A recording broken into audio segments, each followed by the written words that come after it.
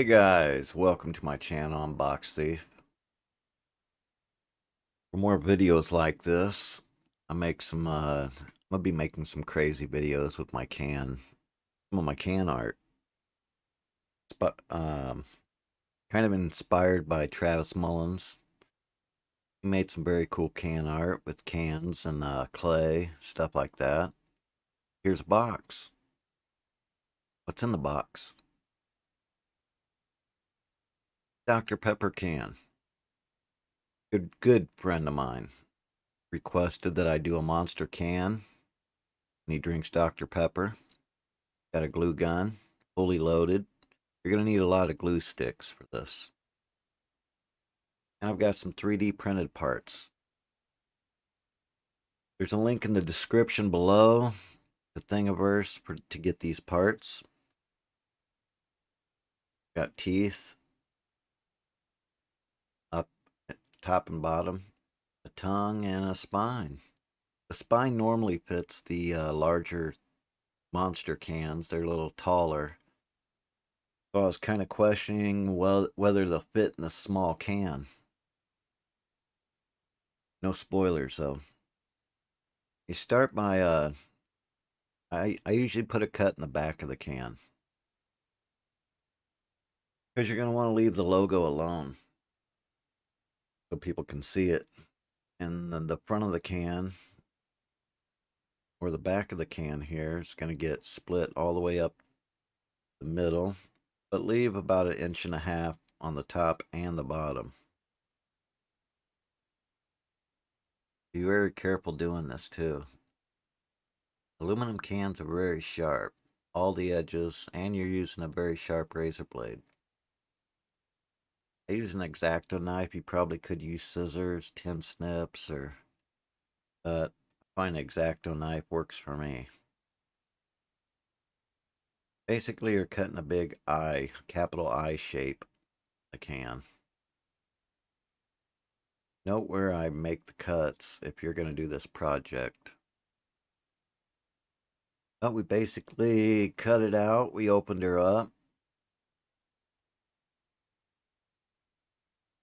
Now I'll take a scissors, and I don't just want two barn door openings in it, so I'm going to kind of clip it back. You're going to want the top of the can tilted back a little bit. It's like that. Doesn't matter if it's straight across or at a little angle like that. The little angle actually looks a little better, in my opinion. I'm going to clip these wings, make them two different flaps on each side so it looks like the can kind of exploded outward. No set pattern for this, so you can do it however you want. It's your can.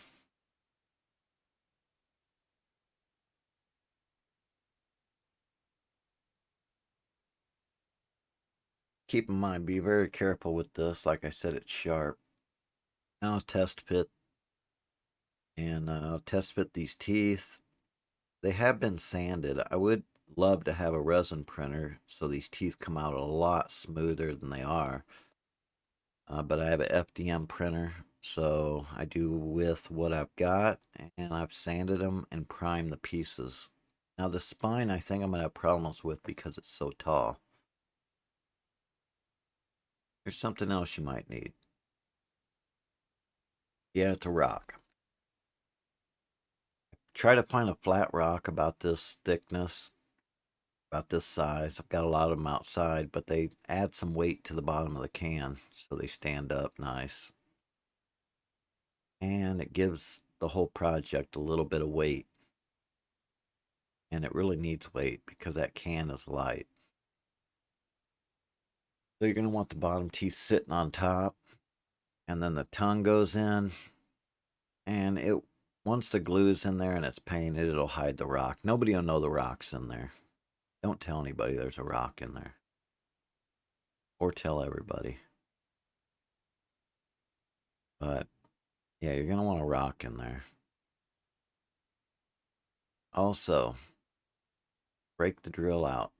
If you are going to make a nightlight out of this, as I did, you're going to want to drill a hole in the bottom of the can, run the wiring. I do about a 1/4 inch hole in the back of the can. This whole procedure is pretty dangerous.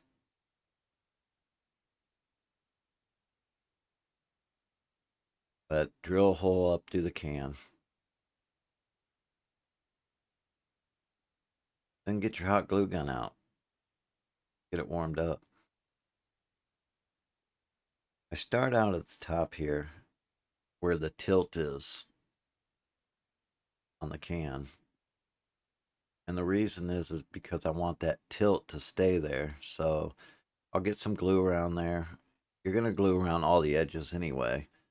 But let that glue harden up so that tilt stays exactly where you want it. Want it up a little bit, that angle.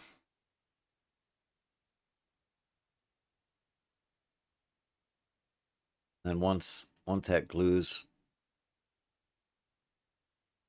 cooled down and hardened up, then you can go around all the edges. I will make a couple little droops here and there from the top edge to the bottom. This kind of looks kind of cool, like ligaments. You don't have to be really super neat with this. I mean, it is going to be kind of a gruesome little monster can, so go around all the edges, cover the sharpness of it so you don't get cut.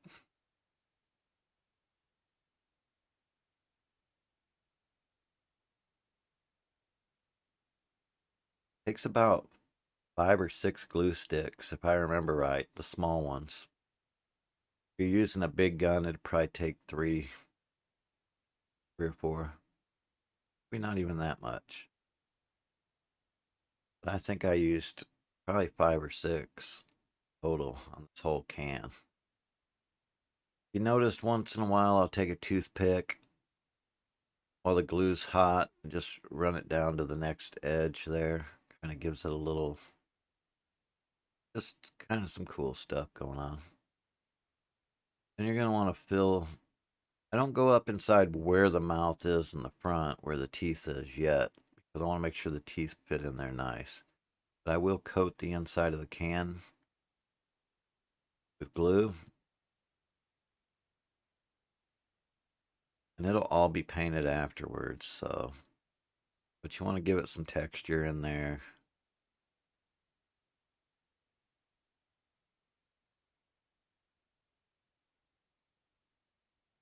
Just fill the can up.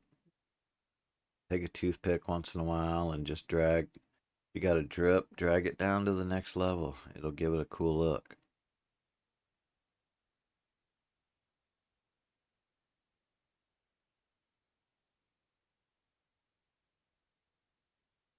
Just go wild at this point with it. I do have a fan over there in the corner. Help it cool quicker. That glue will get hot if you're holding that can.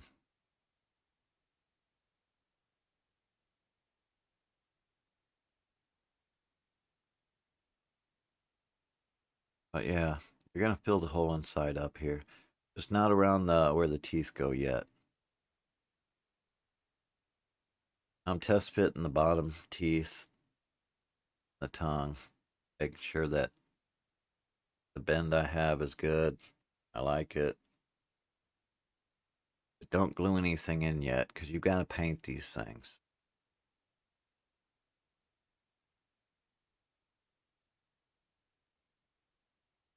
I'm sorry for the video quality here.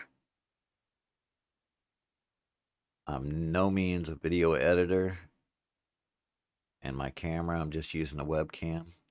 But you're going to want to paint all the gums red, paint the tongue red.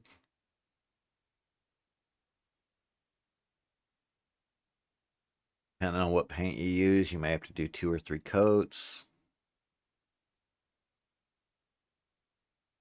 I use mostly just cheap Walmart paint.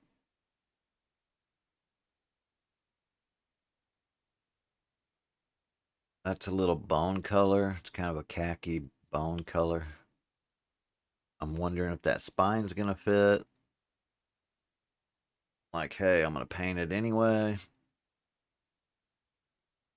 Oh, this is the bone color. That video quality is just terrible. We'll work on it for the next video. Now here's the base. The files for this are also included in the Thingiverse files. There's a hole for a power plug. There's a hole up here for a power switch.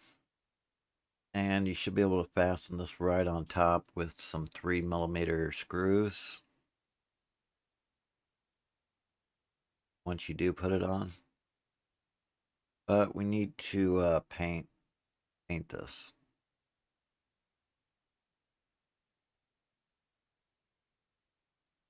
So I'm going to take a brown. All I want is, I'm not going to spend much time on this base. I basically just want it kind of dirty looking. And it's got like a pattern of bricks on top. So I'm just going to go over it with some brown. Try to get some of that brown in the crevices.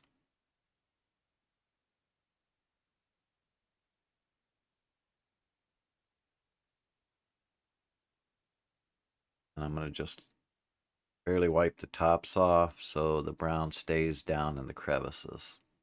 I'll do that for both sides. Then I'm going to take a lighter brown and just go over the tops of these little bricks.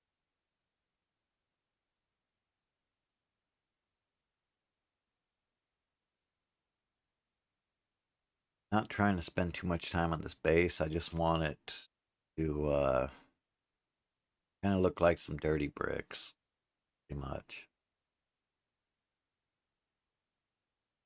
Now, once these have dried, and I did spray some gloss clear on them. I'm going to take a shade. It's a wash. You don't have to use this particular brand of wash. You can make your own with just maybe a couple drops of black and a lot of water, just so it's real watery. You want to get that shade and that wash to all the crevices. I let that dry. Kind of gives it a grimy kind of feel, especially on these teeth. I just try to push that wash down inside the cracks of the teeth. All over the gums. Just try to cover it all up. Maybe wipe down the high areas, but just keeps it down in the crevices. Kind of gives it a good look. But I do that with all these pieces: the teeth, the tongue, the spine.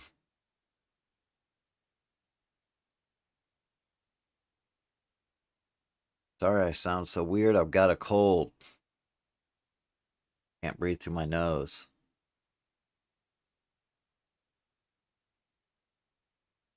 Now we're going to paint inside the can.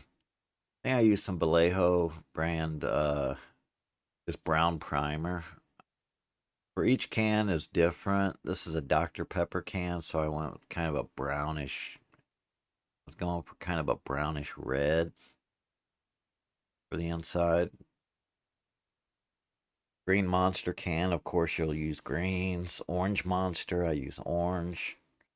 Um, just depends on what you're doing, what the contents were supposed to be.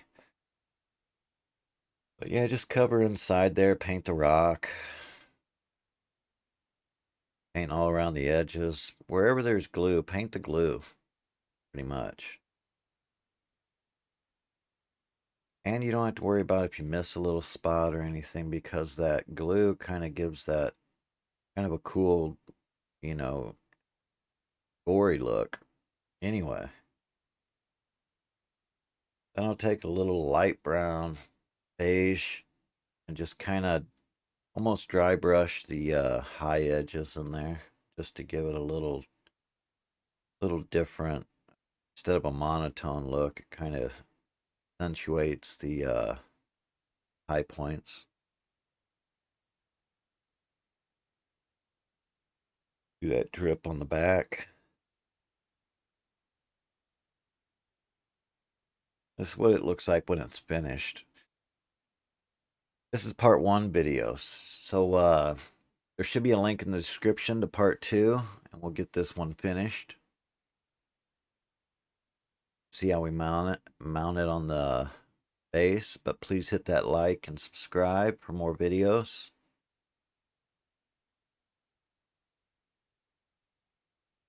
We'll see you for part two.